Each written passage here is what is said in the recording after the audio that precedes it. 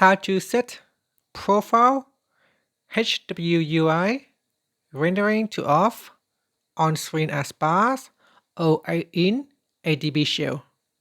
First, tap on the home button to return back to the home screen. Now from the home screen, swipe down at the top to open up Quick Settings.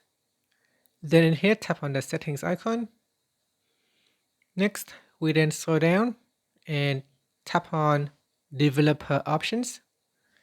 Now from here, scroll down to the bottom. Then we tap on profile HWUI rendering. Here you can select between off, on screen as bars, or you can select in ADB Shell dumpsys GFX info. And that's it. So select one of the options.